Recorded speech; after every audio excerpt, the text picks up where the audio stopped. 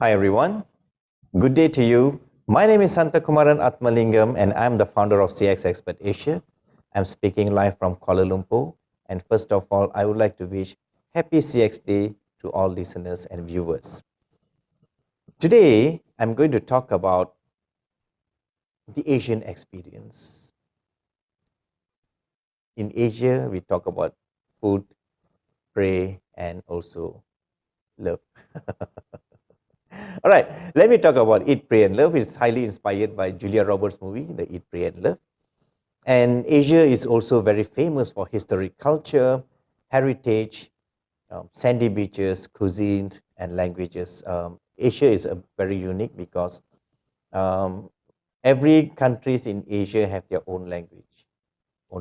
So it's very unique, and we are being united by English language generally, a business communication language. If you come to Malaysia, if you've been to Malaysia, you will find all the Asian foods at one place. It's like a one-stop solution for foodies, food lovers. Malaysia, truly Asia is our tagline. And you can get Vietnamese food, Chinese food, Malaysian food, Indonesian food, um, Thailand, Philippines food in Malaysia, China, Japan, Middle Eastern foods. Not only that, you can get every other food from all over the world in Malaysia. We are a food haven. If any expatriate leaves Malaysia, the only thing they're going to miss about Malaysia is the food. You can walk out of to the town, downtown, 3 o'clock in the morning, and you'll find food. So we are very unique in that. Somehow, food unites us, Asians. Very united. United, we stand for food. So how it plays a role is that is the center of conversation. You meet someone new, or you meet a colleague, a family member, friends, vendors, customers, suppliers. The first thing you ask, have you had your lunch, had your dinner, or shall we go for tea? Or even in the meeting room, corporate meeting rooms, you'll be served with tea, coffee, cookies, and everything. It's a culture in this part of the world. So our life very much revolves around food, and of course we have wonderful foods here: Japanese sushi, Thailand tom yum, Malaysian fried stuffs and everything. Of course, not all of them are healthy, but it's just tasty. So how the new applications are reshaping the food industry. In Malaysia, we have Grab Food. Grab Food is like Uber delivery. We have Food Panda and also Air Asia Food. Air Asia is the local low-cost carrier, airline carrier in Asia. They're very famous, and now they have ventured into food delivery services as well. So, of course, we all have to agree that the pandemic has accelerated digitalization. Um, we used to have all these applications, these platforms, even prior to the pandemic. But I think the usage has increased during this pandemic because that has become one of the main source to look for food in Malaysia or Asia generally. And Zomato and Swiggy are two famous delivery brands in India. They are also conquering some part of Asia. So why this applications has become the in thing today is because we do shopping online, Amazon, we have Lazada. In Asia, we have Shopee. It's a Singapore brand and it's very famous. So our mind is very much attuned to the seamless experience created by these platforms. It's very easy, it's very fast, very convenient, it's trackable. I can track my whereabout, my food is whereabout, or my shipment, my product shipment whereabout with my mobile phone tracker system is highly predictive, and also personalized. So they know exactly what I want even before I know what I want. Like right now, I'm setting up my studio. Um, every time I go into platforms like Lazada, they will show me all the things I need to set up my studio. Somehow the AI can figure out that uh, what I need next. Now let me take you to Indonesia. We have Gojek in Indonesia, where they are very big. They have 3 over million employees, which is like 10% of nation population, and their turnover is like 10 billion USD. Large company, large setting, and they've been doing very well. Indonesia is very famous for traffic jam, especially Jakarta. I've got stuck in Jakarta many times and missed my flights a couple of times. The jam can just go on like 2-3 hours. You won't know when it's going to clear. So in fact, we used to have meetings inside the car. So our client will jump into the car from point A to point B. Will take about an hour, finish the meeting, then they'll go off, drop them off, then we continue our journey. It's quite interesting. So Gojek came up with a solution where they engage these riders um, to transport people from point A to point B, and they are doing very well in Indonesia. And since it's a platform business, they have ventured into many other solutions in Indonesia, like food delivery. And Indonesia is very famous for spa and massages, and they have the same application. You can book a masseur to come to your house and everything. They've been doing very well, tremendously reshaping the way people do business in Indonesia. So I had this opportunity to meet the co-founder of Gojek. Her name is Dayu Dara Permata. We met in Brunei in a conference, and I had the opportunity to have dinner in the same table with the speaker's night, during the speaker's night. So I asked Dayu, you mind to share what's your success story? I mean, you guys are still very young, just started a couple of years ago, and now you have like 3 million employees, which is, you scaled up very fast. So she said, we fail fast. Okay, and what does that mean? Apparently, they have a wall of fame to celebrate failure projects. They are innovating. They have labs, research labs. Their staffs, their project teams are working on ideas after ideas, and they encourage their people to fail fast. You start a project, you fail, and they celebrate. You go and write on the wall of fame. I started project A on this date. I failed on this date, and everybody will celebrate. I find that it's interesting because the learning from meeting Dayu during that dinner was that um, you have to fail fast. It's cheaper to fail fast than realizing that you're failing after investing a couple of millions in your project. So they fail at during the incubator stage itself, and then they learn, they improve, they pick up themselves and grow again. So that's the secret of their growth within a short period. So I use this analogy in my consulting work, in my workshops, that especially during the design work, when they're converting 2D design into 3D visual presentation, I ask them, fail fast. Fail. It's okay to fail now on the drawing board rather than failing later in the actual work. From Indonesia, let's go to India. India is coming up with new business model, which is known as the cloud kitchen. What happens in the cloud kitchen is where it's a co-sharing kitchen where many operators sharing the kitchen, and they produce their food and supplies around India using Zomato and Swiggy.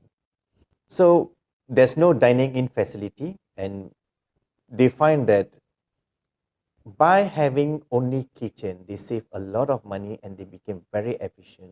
They cut resources, labor costs, waitresses and everything, operational costs and everything. Rental is pretty high in India.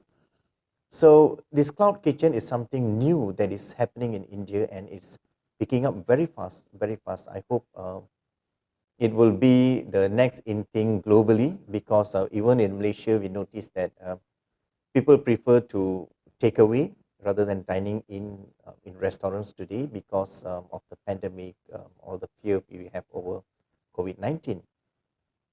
So it's a good move by Indonesia. Some of the successful customer experience uh, story in India, because Zomato has been doing a very good job, Zomato and Swiggy. So that influences the business operators to run only kitchens, and they are captivating and increasing the market share every day. Let me take you to airline industry. Normally, when I fly, I will get my drinking water in this half cup water, which is very annoying to peel open. They don't even give straws nowadays. Um, of course, we want to save the mother nature, right? So it's very annoying, especially when you are sandwiched in between 120 kg guy on your left and another 120 kg guy on your right. You'll be sandwiched in between. You try to peel open the water, somehow it will spill on you. So it will be very annoying with the cabin pressure and everything. So I had this opportunity to meet the in-flight caterers CEO for a presentation. So the first question I asked, Mr. CEO, can I ask you a question? He said, yes, please. Why do you supply the water in drinking water in this half cup container? He gave me a good 10 minutes explanation. First, this is regulation. Airline carrier goes by weight. All right, I understand that part. And the entire compartment system is designed to store this half cup bottle, and the supply chains design, the lorry, the trucking, everything designed for the supply based on this half cup container. After listening to him, I asked him, do you know what your customers are looking for? He smiled. I said, I want a water bottle. I want a water bottle with a cap. When I take a short nap, I wake up, I still have my water to drink. On this half cup, it's really annoying to peel open the half cup container up there in the sky. Then he laughed. So where I'm coming to is the entire airline industry failed to see what are the customers looking for, and failed to see that this is a pain point for your customers, for their customers. So this is where outside in is very important. This is where interviewing the customers, asking the customers for numerous multiple touch points um, to improve the experience in total. Let me take you to the religion part in Asia. We have the largest religion is Muslim, then the Hindus, atheists, Buddhists, Christians, and many other religions in Asia. Religion plays a big role in Asia in shaping our lifestyle, our culture, and everything. And for instance, the Muslims, they don't take alcohols, they don't take pork. Most of the Buddhists and Hindus will be vegetarians. Hindus will be vegetarian certain days and everything. So if you're doing business in Asia, you need to understand the cultural, the religious sensitivity. Like in Brunei, for instance, during the Friday prayers break from 12 to 2:30 in the afternoon, every single shop will be closed, including the shopping mall, because it's the Muslims' prayers time. So if you're in Brunei, the next time, make sure you handle your meal before 12 o'clock. Otherwise, you have to wait until 2:30 for the business to reopen again. So in India, some of the months, like in Hindu calendars, like especially this month, majority of them will opt for being vegetarian. So if you are dealing with them, you have business, you have to understand this little cultural sensitivity, religious sensitivity to operate your business in this part of the world. In Brunei, we have another culture where if somebody offers you food, it's polite to touch the plate and tell them thank you. If you don't touch the plate and you just tell it's okay, I already have my dinner or something, they'll be very offended. In South Korea, it will be very offending if you finish the entire portion of the meal. You have to leave some meal behind, because for them it's like my guests are full, so they can't finish complete the meal. So these are some of the sensitivity, how religions are shaping us in Asia. And we are rich with culture, celebration, and we have many public holidays throughout the year. So if you're dealing with us, it's it's nice to check the calendar whether there's any public holiday in Malaysia, Indonesia, or India, or this part of the world, because we have many additional public holidays because of our religious festivals. And Asia has become a very famous spot for business process outsourcing. We have many large MNCs, corporations are moving their contact centers to Asia because, of course, it's cheaper to operate in Asia. And we have very good technology platform, and labor resources, talents available. So, for instance, China is spearheading the outsourcing business, followed by India, Indonesia, Malaysia. Nepal is coming up. Even until Vietnam is an emerging market, which is doing very well in business process outsourcing. So these are some of the areas we are looking into capitalizing the economy in Asia, where the global MNCs are moving their contact centers to this part of the world to optimize their operating costs. And of course, we are highly adaptable. We learn new language very fast. For instance, you can bring a Bangladeshi from Bangladesh to Malaysia. Just give him a month, he will speak our Malaysian Malay language fluently. Somehow we are highly adaptive and fast learners for Asians.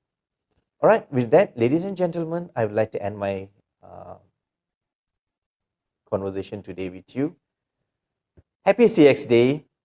Enjoy customer experience. Always think customer first.